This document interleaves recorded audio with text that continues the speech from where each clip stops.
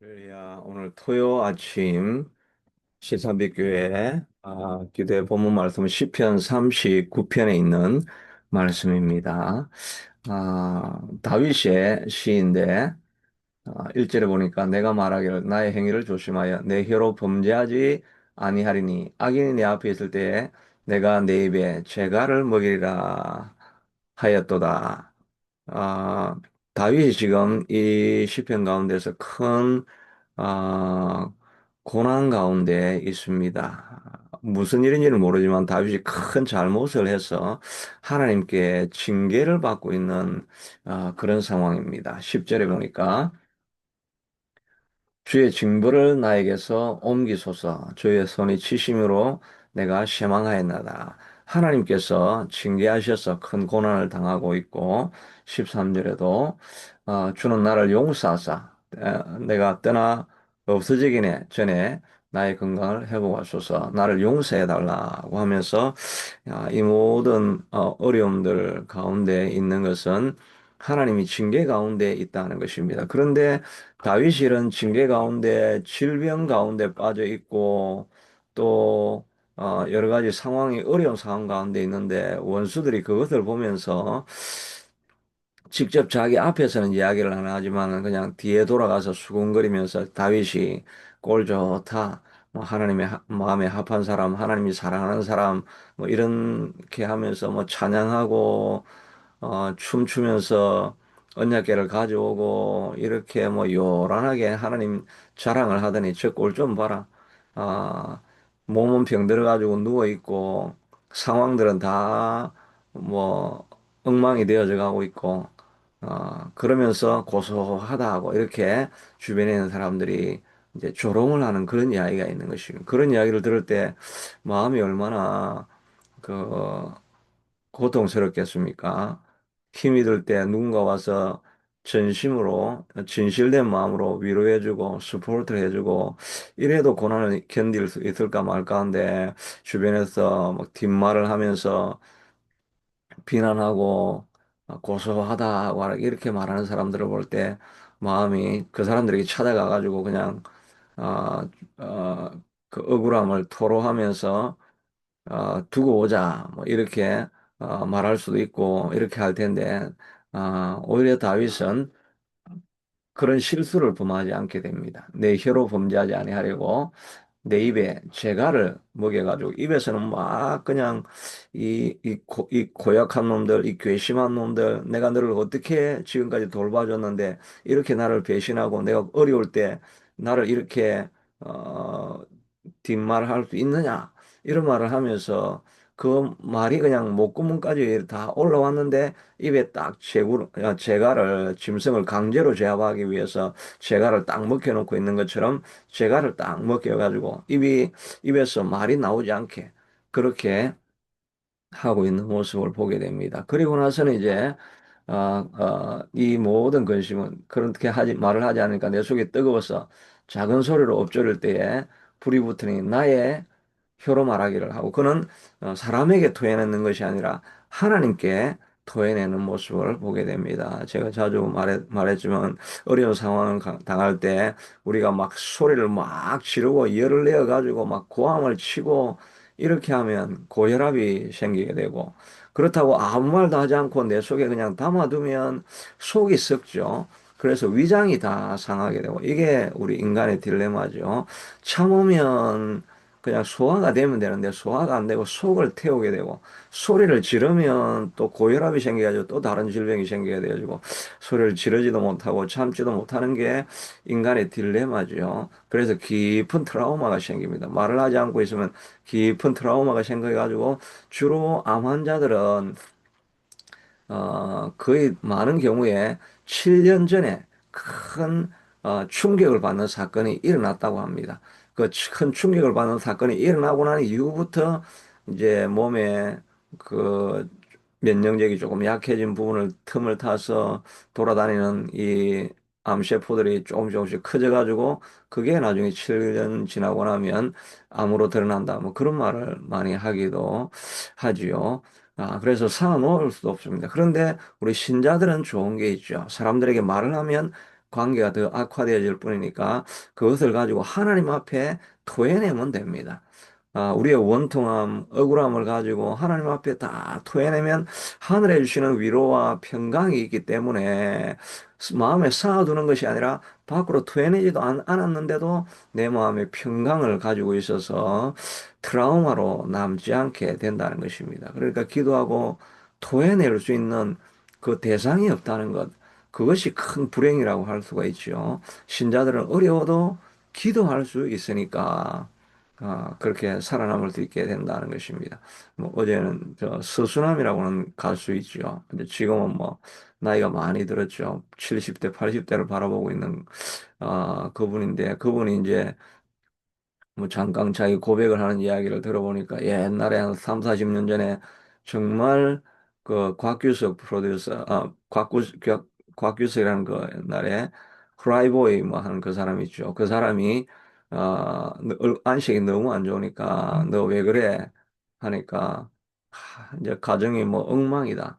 아내도 아프고 새 아이도 아프고 어머니도 아프고 5명이 다 병원에 들어가 있다. 어찌해야 될지를 모르겠다. 그런 상황 가운데 그런 교회를 나오라 해가지고 그가 이제 예수를 믿게 됩니다. 그러면서 그가 자기가 큰 복은 뭐였느냐니까 그 많은 고통을 기도하면서 토해낼 대상이 있다는 것.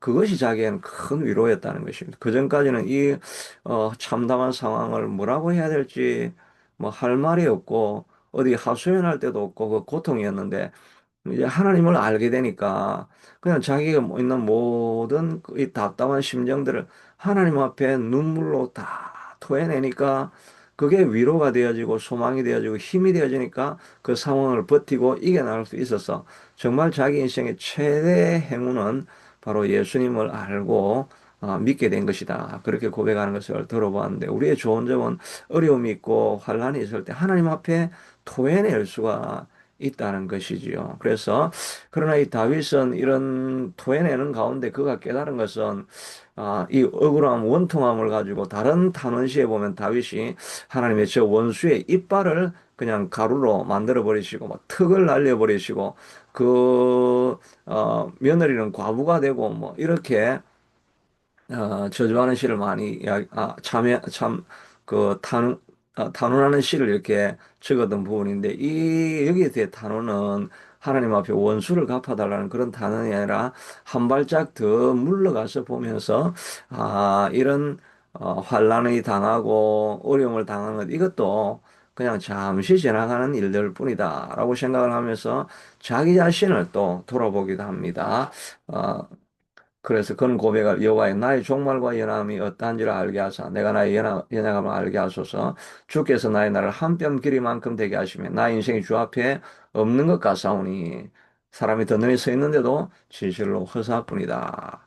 아, 자기의 인생을 돌아보면서 내가 내 인생이 얼마나 연약한 터 위에 서 있는가. 또 인생이 이렇게 한 번밖에 안 되는데 내가 비방하는 사람들을 미워하고 그 사람들 때문에 이 조그만 일에 연루대가 같이 얽혀가지고 네가 올리 내가 올리 뭐 이래 싸우고 이렇게 하는 것이 참 허무하고 뭐 별 의미 없는 일이겠구나라고 하면서 그의 마음을 하나님께로 더 돌리게 되어지죠. 그래서 그가 고백하기를 주여 이제 내가 무엇을 바라리요? 나의 소망은 주께 있나이다 라고 이야기하고 그 앞에는 진실로 각 사람이 그림자 같다 아니고 헛된 일로 소란하며 재물을 쌓으나 누가 거둘는지 알지 못하나이다 라고 이렇게 말하고 있습니다. 그러니까 지금까지 아둥바둥하면서 재물을 모으고 명예를 쌓으려고 애를 쓰고 영토를 뭐 점령하려고 하고 이런 모든 수고들 가운데서도 결국은 이런 것들이 주님 안에서는 아무것도 아니구나 하는 그런 고백을 아, 하게 되면서 멀리서 사물을 바라보게 되는 그런 마음을 교정하는 시간으로 갖게 되어지는 것입니다. 하나님이 치시고 징계를 하실 때 오히려 돌아오면서 이 원수하고 싸워야 될 것도 아니고 하나님이 안 되는 일을 되게 해주십시오. 안 되는 일을 되게 해주십시오. 뭐 하면서 그렇게 붙잡고 있는 것이 아니라 한 걸음 물러나서 하나님의 관점에서 볼 때, 이 일들이 다 지금까지 내가 해왔던 방식이나 살아왔던 그 추구하였던 야심 이런 것들이 별 것이 아니겠구나. 내가 여기에서 거리를 두고 이제는 하나님이 기뻐하시는 일이 무엇인가 거기에 소망을 두고 하나님이 원하시는 일을 내가 해야 되겠다. 이런 마음으로 돌이키는 그런 기회로 이 고난을 삼고 하나님의 징계를 돌아보는 마음을 가지게 되는 것입니다. 이것이 참으로 중요하죠. 어, 그래서, 어, 그래서 이제 그가 깨닫는 것은 내가 잠잠하여 입을 열지 아니하면 주께서 이를 행하신 까닭이니이다. 내 사업이 망하고 또 질병이 들고 또 원수들은 막 일어나서 나를 조롱하고 이런 것들에 대해서 이 다윗은 고백하기를 주께서 이를 행하신 까닭이니이다. 라고 이렇게, 이건 주님이 나를 돌아보게 만드는 과정이다라고 문제를 해석하기 시작하는 것입니다.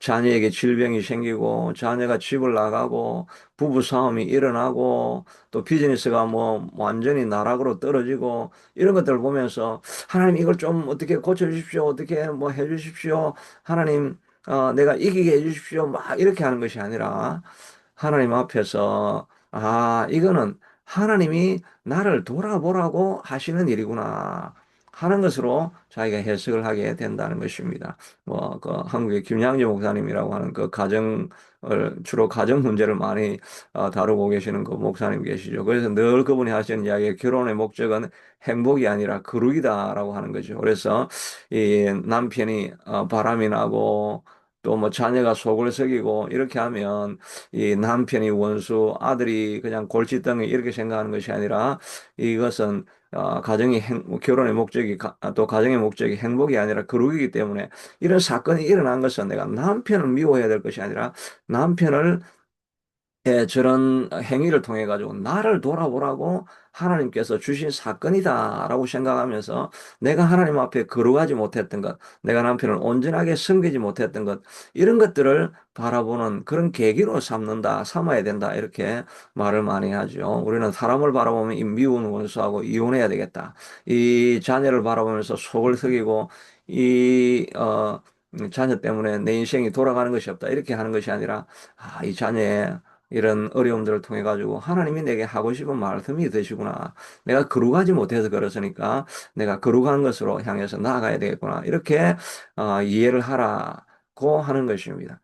그것이 하나님께서 왜냐하면 이 모든 일을 행하신 것은 하나님께서 이 일을 행하셨으니까 하나님이 내게 들려주신 음성이 있다는 것을 알고 그 음성을 발견하려고 하는 그런 태도를 가지는 것이 중요한 일이다. 그래야 우리가 문제를 넘어갈 수 있습니다. 다윗도 이렇게 일어나는 사건이 질병이 또 어, 어, 전쟁이 실패로 자꾸 겪어가는 것은 하나님이 내게 하실 말씀이 있구나 하는 것을 알고 자기를 돌아보면서 지금까지는 내가 아둥바둥하면서 많은 것을 모았지만 재물을 취하지만 그 재물을 누가 가질지 알지 못한다라고 이야기하고 있죠. 아, 헛된 일로 소란을 재물을 쌓아나 누가 거둘지도 알지 못하는 거 그게 내가 왜 생명을 걸고 지금까지 살아왔나 하면서 이제는 오직 하나님께만 소망이 있습니다. 하나님께만 돌아가겠습니다. 라고 이렇게 고백하는 모습을 보게 되는 것입니다. 그러나 이 다윗은 그러니까 인생은 참 허무하다. 뭐 다 해봤자 별 것 없다. 그러니까 뭐 우리는 초연하게 세상과 분리되어서 그냥 산에 가서 뭐 산나물 뜯어먹고 그냥 평안하게 자연인으로 지내면 이보다 더 큰 행복이 어디 있냐 이렇게 하는 것이 아니죠. 다윗은 자기가 이제는 하나님을 위해서 살아야 되겠다고 하니까 그는 고백하면서 나를 건강해서 어, 회복시켜 달라고 이렇게 하죠. 주의 징벌을 나에게 옮기소서. 주의 손이 치심으로 내가 실망하였나이다. 징벌을 옮겨 달라고 이렇게 고백합니다. 그리고 여호와여 나의 기도를 들으시며 나의 부르짖음에 귀를 기울이시고 내 눈물을 흘릴 때 잠잠하지 마소서. 주와 함께 있는 나는 나그네이며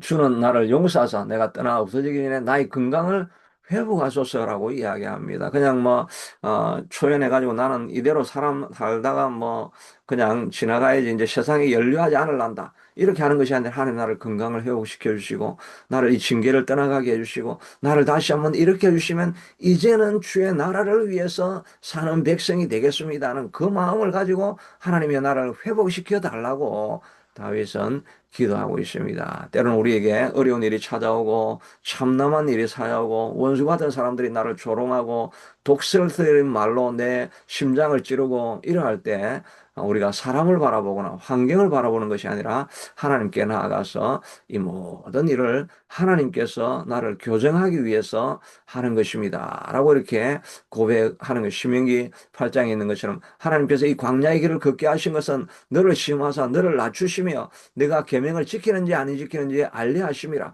그걸 보기 위해서 광야의 길 원수들이 일어나게 한다고 하고 있지 않습니까? 그러니까 우리가 점점 우리를 더욱더 돌아보면서 내가 이렇게 교정을 해야 되겠고 이제는 허무한 인생일에 시간을 투자하는 것이 아니라 가장 소중한 생명을 살리는 이 일들에 거룩한 삶으로 나아가기 위한 이 일들에 나의 모든 것을 투자하기를 원합니다. 그러니 하나님 나를 회복시켜 주시고 이 가정을 회복시켜 주시고 그러니 우리 새찬빛 교회를 세워 주셔서 이런 일에 쓰임 받는 교회가 되게 해 주시옵소서라고 고난을 그렇게 해석하며 나아갈 때 우리가 더 한 걸음 앞으로 나아가는 길로 고난을 삼게 될 줄로 믿습니다. 자비하신 아버지 하나님 고난이 찾아올 때 세상을 바라보고 원망하지 말게 하시고 자기의 능력 없음을 한탄하지 말게 하시고 이 일을 통해서 하나님의 메시지를 듣게 하시고 그 메시지를 따라서 하나님 다시는 이런 세상 것으로 살아가지 아니하고 하나님 영광을 위해서 살아가겠습니다. 라고 고백하며 우리의 징계를 거두어 달라고 고백하며 간구하며 달려가는 우리가 되게 하여 주옵소서. 예수님 이름으로 기도드리옵나이다. 아멘.